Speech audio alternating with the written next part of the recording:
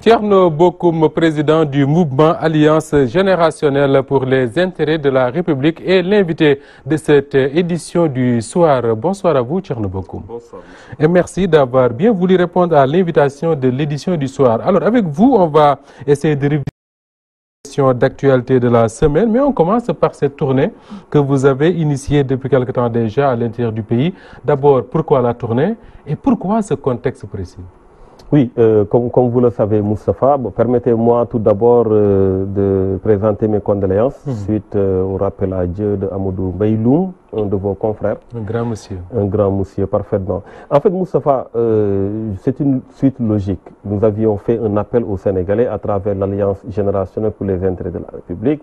L'idée de paradigme, de gérer autrement. Mais nous ne pouvons pas nous enfermer dans une chambre ou dans une salle pour dire voilà ce que les Sénégalais doivent faire. Donc nous sommes partis vers les Sénégalais. Nous avons comme ambition d'avoir une démarche inclusive, de discuter des questions du pays. Donc nous avons commencé cette tournée nationale et internationale depuis maintenant 2 à 3 semaines. Nous avons été dans le Bawal, nous avons été très récemment dans le Saloum. C'était une occasion un peu de discuter avec les populations des problèmes, voir comment faire en sorte que les Sénégalais puissent s'épanouir dans leur propre pays. Alors, les populations que vous rencontrez dans le Baol, dans le Sine, le Saloum, c'est des gens du monde rural. Qu'est-ce qu'ils vous disent de la situation du pays ou de leur situation eux-mêmes? Est-ce qu'il y a amélioration du niveau de vie, par exemple? Oui, vous savez, Moustapha, le fait de sortir quand même est une très bonne chose, d'aller au-delà des médias, de ce qu'on nous présente le plus souvent, aller au fond, aller voir les populations, leur parler de la profondeur de leurs problèmes. Parce qu'en réalité, le plus souvent, on parle de leurs problèmes, mais on ne leur laisse pas parler de leurs problèmes. Donc nous avons eu l'opportunité, effectivement, de discuter avec des Sénégalais. Nous comprenons maintenant pourquoi beaucoup de jeunes Sénégalais quittent leur village pour venir à Dakar être des marchands ambulants ou essayer de traverser la Méditerranée ou se faire vendre en Libye parce qu'ils vivent dans des difficultés extrêmes dans leur société. Donc nous avons eu l'occasion d'échanger avec les populations et nous considérons aujourd'hui que pour avoir un développement inclusif, il faut faire en sorte que des Sénégalais puissent véritablement se sentir appartenir au pays parce que tout simplement ils pourront bénéficier de certains avantages. Et ce qui n'est pas le cas malheureusement. Leurs difficultés à eux, ces habitants du monde rural, ça tourne autour de quoi? Mais les difficultés sont multiples. Vous savez, on a parlé de PUDC, le plan d'urgence. Mais pratiquement, on doit dire, si on prend l'exemple du terre, c'est plus de 1000 milliards. Le PUDC, depuis 2014 jusqu'à maintenant, c'est 145 milliards. Donc, ce n'est pas beaucoup par rapport aux urgences dans le monde rural. Il y a le fait également que beaucoup de parents ne sont pas suppléés dans les charges des familles parce que tout simplement les enfants n'ont pas d'emploi. Il y a un problème d'emploi dans le monde rural. Il y a un problème lié à l'agriculture qui ne marche pas. Beaucoup préfèrent venir en ville, etc. Et particulièrement également, il y a des problèmes liés à la santé, l'accès à l'eau, l'accès à l'électricité, etc.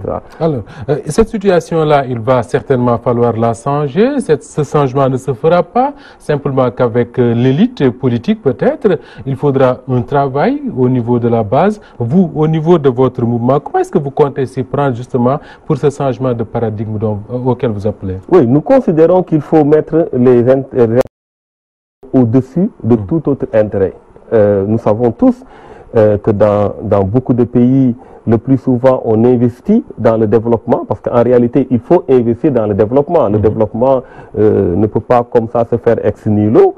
Il faut un effort d'investissement. Mais l'effort d'investissement que nous avons dans nos pays, c'est à travers l'emprunt. Alors que nous avons des ressources propres dont nous ne bénéficions pas parce que tout simplement, il y a une politique qui va dans le sens de mettre de côté les intérêts des populations, de faciliter à d'autres, donner la possibilité de profiter de nos ressources et d'en profiter personnellement, parce que parfois c'est des intérêts crypto-personnels qui sont sauvegardés.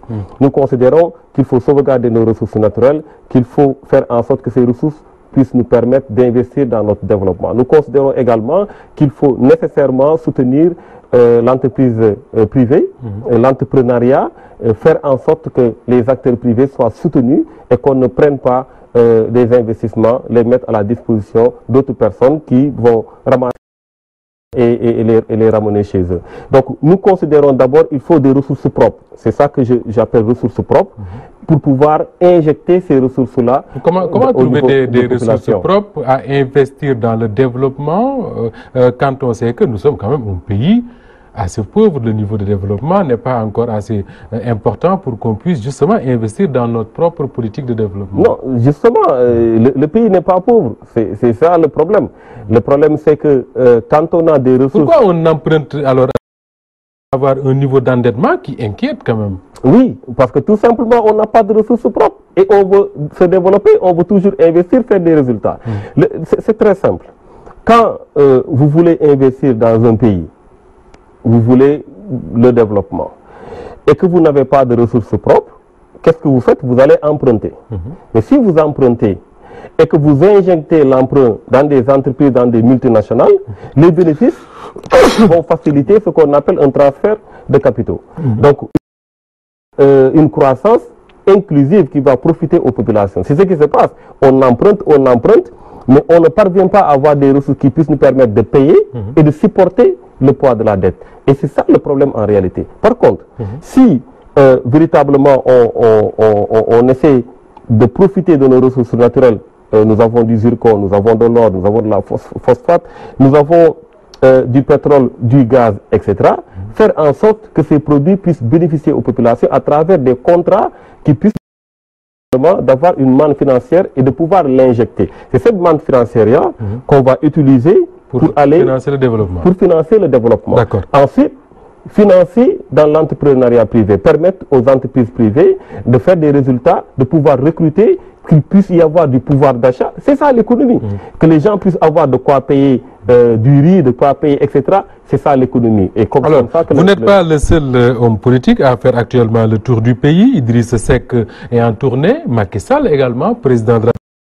Nous dirons certainement que c'est à l'approche des élections présidentielles qui vous pousse à faire cette tournée-là. Mais parlons quand même de la tournée du président Macky Sall. Il était à Fatick, puis Kaolack, pour l'inauguration de quelques infrastructures, dont la route Fatick-Kaolack. D'aucuns y voient une campagne avant l'heure. Est-ce que vous avez cette même analyse?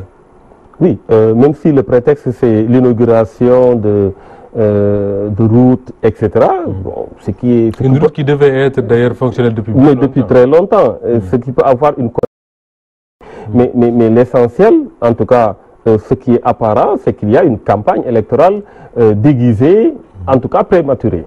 Parce que le président de la République reçoit les membres de Benno Bokk Yakaar, prend des bains de foule, fait des discours politiques, etc., fait des promesses.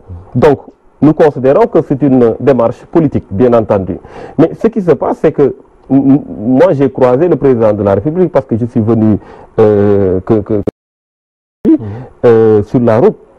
En fait, je veux dire par là que au moment où il était venu au Saloum, je connaissais déjà la situation. Vous avez déjà fait la situation. Et nous avons discuté avec les populations. Aujourd'hui, les paysans sont dans d'énormes difficultés en ce qui concerne la commercialisation de l'arachide.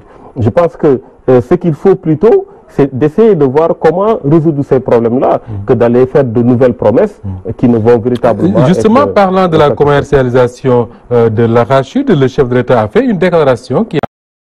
Attention à vous. D'abord, qu'est-ce qu'il dit, le chef de l'État, et pourquoi ça a attiré votre attention jusqu'à ce que vous fassiez une publication sur ça? Oui, parce que le président de la République, heureusement d'ailleurs, a reconnu qu'il y a des problèmes dans la commercialisation de l'arachide, contrairement à ses souteneurs. Mais il dit que c'est lié à une production record. C'est ce que le président de la République a dit. Et il s'empresse également d'expliquer pourquoi il y a un record. Parce qu'il y a eu des investissements. Une modernisation de l'agriculture, une reconstruction du capital semencier, etc. La modernisation des méthodes de production, etc. C'est ça qu'il explique. Alors, si le président de la République parvient à expliquer tout ça, ça veut dire qu'à un moment donné, ils ont eu à faire des efforts pour investir dans l'agriculture. Mais quand on fait des efforts pour investir dans l'agriculture, on doit s'attendre qu'il y ait un surplus dans la production, c'est clair, c'est évident. Alors, qu'est-ce qui a été fait pour anticiper ce surplus de production? Absolument rien. On se rend compte aujourd'hui que c'est maintenant, au moment où les populations sont en train de souffrir, au moment où les paysans ont des difficultés pour écouler leur production, c'est maintenant qu'on entame la réflexion en disant que nous allons discuter avec la République populaire de Chine, nous allons discuter avec les OPS, nous allons augmenter les points de justement, collecte. Le chef de l'État a appelé les paysans à ne pas brader leur production et d'attendre. Il dit qu'il n'a pas un gouvernement qui tourne les paysans. Mais vous avez fait cette zone-là, vous avez rencontré des producteurs. Qu'est-ce qu'ils vous disent? Qu'ils peuvent garder leur arachide en attendant des lendemains meilleurs, ou bien ils sont dans l'obligation de brader, contrairement à ce que dit le chef de l'État? Ils n'ont pas le choix. Les producteurs n'ont pas un salaire, les paysans n'ont pas un salaire mensuel. Ils dépendent de leur production, de leur récolte. S'ils ne parviennent pas à écouler leur récolte, ben, chaque jour, il y a la dépense quotidienne à donner, il y a la santé, il doit s'occuper de leur santé. Et ensuite, il y a un phénomène, c'est qu'il y a des insectes qui attaquent les graines d'arachide, donc ils ne peuvent pas continuer à attendre jusqu'à quand? Je pense que dès que le président de la République a eu l'idée de fixer le prix à 210 francs et même d'investir dans l'agriculture, pour sa modernisation et autres, on devait à partir de ce moment voir les possibilités, dès qu'il y a la production, qu'on puisse acheter cette production. Discuter auparavant avec la République de Chine, discuter avec les OPS, les huiliers, financer la Sonacos, investir sur la Sonacos, etc. pour pouvoir absorber cette production. Ce n'est pas le cas. Donc aujourd'hui, on leur demande d'attendre, mais qu'est-ce qu'on leur donne? Est-ce que le président de la République va leur distribuer des enveloppes comme il le fait avec ses militants en attendant? Ce qui pousse à dire qu'il dilapide l'argent du contribuable. Mais parfaitement. Alors, il y a ces problèmes-là dans le monde rural, disons-le comme ça de manière très simple, c'est une question d'argent. Dans les centres-villes également, il y a les enseignants qui sont en mouvement depuis plusieurs semaines maintenant, des marches, des débrayages, bientôt de nombreuses grèves sont annoncées. Les étudiants ne sont pas dans de meilleures conditions. On a vu les étudiants orientés dans les écoles privées qui ont été exclus de leur école, justement parce que l'État doit 16 milliards, le ministre de l'Enseignement supérieur dit 9 milliards. Alors, est-ce qu'aujourd'hui, on peut dire qu'il y a au Sénégal un problème de sous, pour parler de manière très simple? C'est une question de trésorerie. Tout sous, comme vous dites. Voilà. Quand on prend la question des enseignants, la question des étudiants, etc., c'est la même chose. L'État ne parvient pas à honorer ses engagements. Pourtant, on nous dit que le budget ne cesse d'augmenter. Chaque année, le budget atteint maintenant 3 000 milliards. Oui, mais le budget, c'est une prévision. C'est une prévision. Ce n'est pas parce qu'on a prévu tant de milliards qu'on va l'avoir. Ensuite, il ne faut pas oublier, j'ai l'habitude de le dire, en fait, à chaque fois, pour pouvoir financer notre développement, pour pouvoir faire face à certaines difficultés, quand on emprunte, il y a ce qu'on appelle les intérêts à payer. Absolument. Il y a l'emprunt à payer, il y a les intérêts à payer, il y a la charge de la dette qui est extrêmement difficile pour l'État. C'est ça le problème, il n'y a pas d'autre explication. D'accord. Est-ce que dans cette situation-là, on peut continuer à emprunter pour financer un TER, le train express régional, pour financer de grands chantiers qui peut-être n'auront pas d'impact réel, en tout cas pas de sitôt, sur le vécu du Sénégal? C'est déjà fait malheureusement, mais effectivement vous avez raison. Vous savez, il y avait un rapport, je pense en 2015 de la Banque mondiale qui disait que 40% des investissements publics ne nous permettent pas d'avoir un capital. C'est-à-dire qu'on prend beaucoup d'argent, on fait un investissement public, mais on n'a pas de retour. Il n'y a rien qui nous permet de pouvoir en bénéficier et pouvoir payer la dette. Donc qu'est-ce qu'on fait? On creuse l'écart. C'est-à-dire qu'à chaque fois, on emprunte, on investit pour des options. Oui, nous avons réalisé telle ou telle chose, sans que ces choses puissent avoir une incidence dans le développement de notre pays. Et c'est ça qui est malheureux, ce qui veut dire que les questions, les problèmes nous rattrapent à chaque fois. Parce que nous avons Alors, c'est les mêmes problèmes, c'est le même système, disons-le comme ça, depuis 1960. Au moins 4 chefs d'État se sont succédés à la tête de l'État du Sénégal. On a l'impression qu'on fait du surplace. Alors, qu'est-ce qu'il faut aujourd'hui? Changer de système ou changer les hommes? Il faut un changement systémique. Il faut changer de système. si on va, les mêmes causes vont produire les mêmes effets. On ne peut pas changer les choses si on ne change pas de système, s'il n'y a pas un changement structurel profond, si on ne change pas de paradigme. Beaucoup disent qu'il faut changer la classe politique, peut-être élire quelqu'un qui n'est pas des partis politiques. Vous, personnellement, vous dites quoi? Que c'est possible de trouver dans cette classe politique un homme, les hommes ou les femmes qui peuvent permettre ces ruptures? De toutes les façons, on ne peut élire que ceux qui s'engagent. Demandons aux Sénégalais de s'engager. Et vous, personnellement, votre engagement se limite à quoi? Vous êtes, disons-le, de manière très simple, pour une réponse précise. Est-ce que Thierno Bocoum est candidat à la présidentielle? Mais nous aviserons le moment venu. Ce que je peux vous dire très clairement, c'est que nous travaillons. C'est une question extrêmement importante. Nous pensons que pour changer les choses, il faut être là où ça se fait. Ben, nous travaillons en conséquence. Maintenant, le moment venu, nous aviserons. Vous aviserez, mais est-ce que cela veut dire d'ores et déjà que c'est exclu que vous soyez du même côté que l'actuel président pour à la présidentielle 2019? Bien entendu, c'est complètement exclu. Ça c'est une équipe à mettre de côté. Dégager, comme on dit. Mais ça, c'est clair. Maintenant, comme je l'ai dit dans une interview récemment, on ne doit plus être dans une logique de continuité. Ça ne sert à rien de changer quelqu'un pour mettre quelqu'un d'autre qui va faire pire. C'est comme le président Macky Sall, il a fait pire que le président Wade. Donc, on doit aller vers des profonds changements. C'est pourquoi on a parlé de changement de paradigme. Nous l'avons dit, c'est pourquoi nous disons qu'il n'y a que notre génération. Parce qu'il faut une génération décomplexée, désintéressée pour y arriver. C'est pourquoi nous nous battons d'ailleurs. C'est ce qu'on disait du président Macky Sall, hein, quand il a pris le pouvoir. On a dit qu'il est né après les indépendances, c'est un président décomplexé, mais le résultat... Le résultat est là.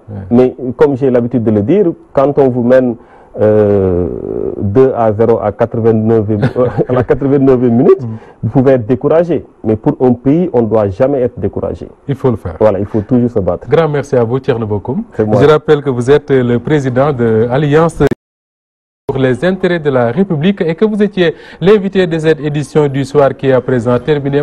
Mesdames et messieurs, merci de la fidélité à Walf. Merci à toute l'équipe qui m'accompagne chaque soir dans cette édition du soir et bien-être.